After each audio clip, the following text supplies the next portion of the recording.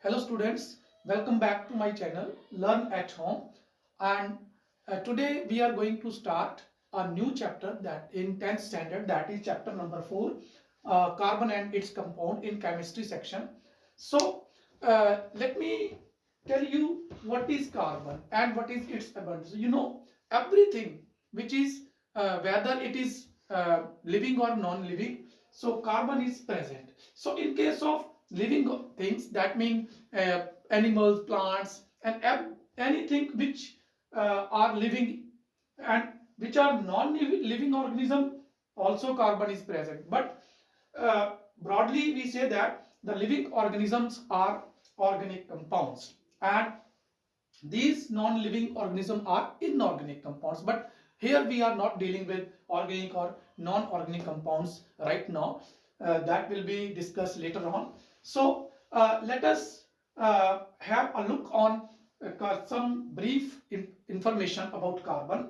If we look at a periodic table, periodic table is elements having a particular arrangement of elements in arranging in order to atomic number. So if we take carbon, so its atomic number is 6. So atomic number is to be denoted by capital Z.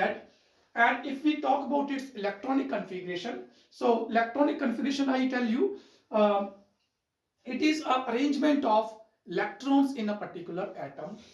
So this is further divided into shells like K shell, L shell, M shell. So K is the first shell which can accommodate maximum 2 electrons, and if electrons, rest of the electrons are to be accommodated in the next shell, that is L shell. So since it is having only 6 electrons, so that means 2 electrons are to be placed in K shell and the rest of the 4 electrons are to be kept in L shell. So since it is having 4 electrons, so that is why its valency is 4 and it is known as tetravalency. That means it can combine with the 4 other atoms. So like this is carbon atom, it is having 4 valencies lying around it. So I have joined 4 hydrogen atoms along this. So let me tell you what is valency. As you have studied in your 9th standard about valency. Valency means the number of combining capacity of the any element. So since carbon is having 4 electrons in its outermost shell, so that means it can combine, it can share 4 electrons. So that is why it is tetravalent. So its structure is tetrahedral. So that will be discussed later on. So it is having a particular property, that is catenation. Catenation means the self linkage of carbon atoms. So students, carbon exists in 3 forms. So those forms are known as allotropes. So allotropes means those substances or those elements which is having the same physical properties but different chemical properties.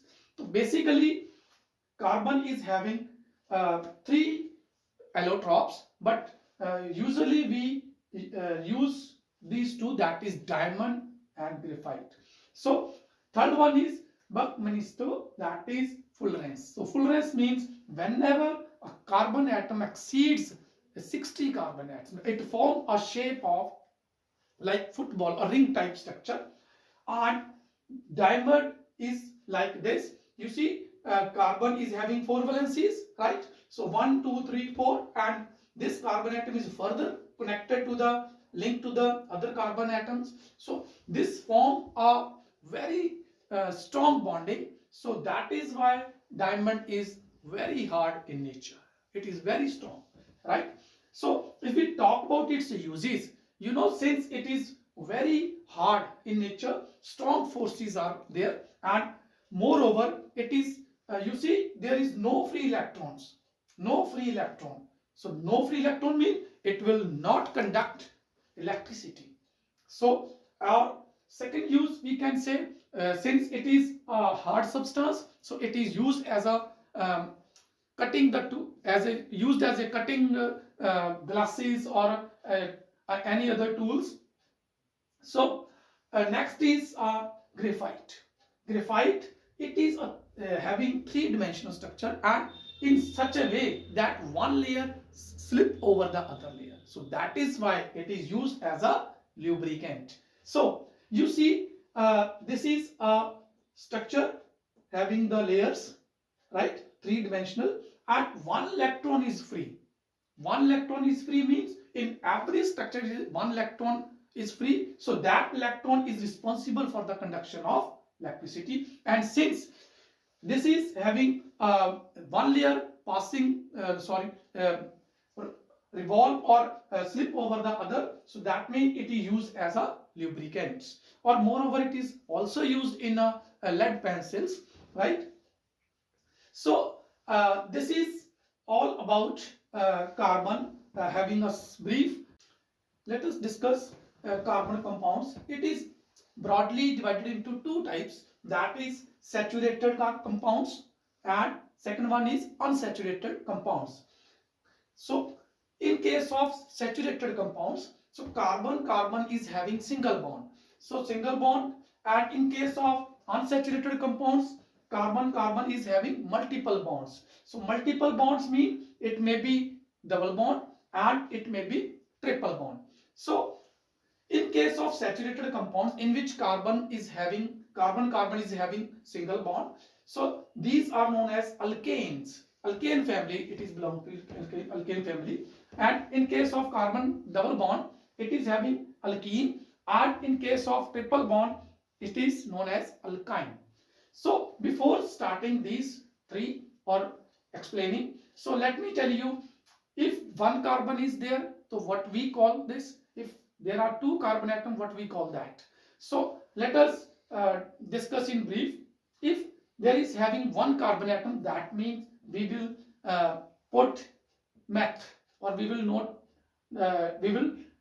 call it as meth. And in case of two carbon atoms, then three carbon atom prop, then four but, like pent, hex, hep, according to the number of carbon atoms, right? So in case of alkane, we are having a general formula for making the family of alkanes. So this is CnH2n plus 2. And in case of this alkene, so we are having CnH2n. And in case of carbon triple bond, so this is CnH2n minus 2. So this is known as alkyne. So in case of alkane, we will start putting n equal to 1, 2, 3, right? So but in case of unsaturated compounds, we start n equal to 2, 3, like this, right? So if we put here n equal to 1, so that means n mean 1, H2n, 2 into 1 plus 2, that means CH4. So since it is having carbon atom 1, so it is known as meth, and suffix to be added ane. Why? Because it is belong to alkane family. Similarly, ethane, propane, butane, so we are to add suffix as a ane, right? In case of carbon single bond. Now come to, in this case, alkene and alkyne. So since we are starting putting n equal to 2, so first element we have C2 and H2. So that means C2H2 means, if we denote it like this, H2 and H2. So first element is C2H4. So this is our ethene. Then propene. This is having 3 carbon atoms. So we are having this propene, right? And similarly, in case of alkyne, so CnH2n2. So we will put here n equal to 2. So we get C2H2. So if we are to depict it like this, so this is are ethine. So like this, ethine, propine, butane, right? And in case of alkene, this is ethene, propene, butene, like this. So let us have a special type, that is alkyl. Alkyl means, suppose I am having methane. This is methane, since it is having single carbon atom.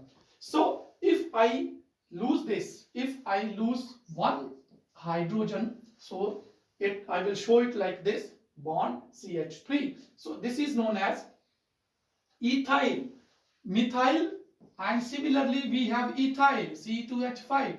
So it should be C2H6, but I have released, or I have lose, or I have removed one hydrogen from this. So this is ethyl.